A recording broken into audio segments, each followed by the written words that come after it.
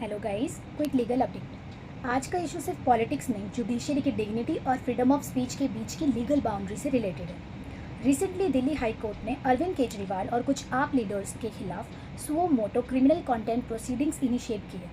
अब सवाल ये है, कंटेम्प्ट ऑफ कोर्ट एक्चुअली होता क्या है?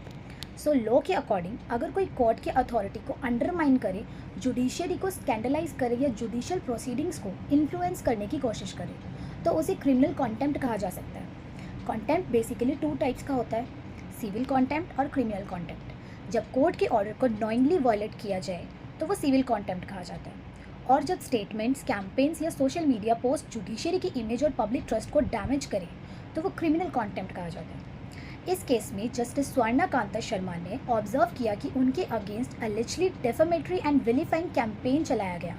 इसी बेसिस पर कोर्ट ने खुद एक्शन लिया। इसे ही कहते हैं suo motu contempt proceedings. High courts और सुप्रीम कोर्ट दोनों के पास कंटेम्प्ट पावर्स होती हैं under the contempt of courts act 1971। अब ये मैटर 19 में दिल्ली हाई कोर्ट की डिवीजन बेंच जस्टिस नवीन चावला और रविंद्र डुडेजा हेयर करेगी। लॉ स्टूडेंट होने के नाते एक बात क्लियर है, कोर्ट की फेयर क्रिटिसिज्म डेमोक्रेसी के पार्ट है, लेकिन अगर क्रिटिसिज्म जुडिशियरी की क्रेडिबिलिटी को टारगेट करे तो वो फ्रीडम ऑफ स्पीच नहीं, कंटेम्प्ट बन सकता है। Because in the end justice सिर्फ होना नहीं चाहिए, जस्टिस सिस्टम पर पब्लिक ट्रस्ट भी बना रहना चाहिए।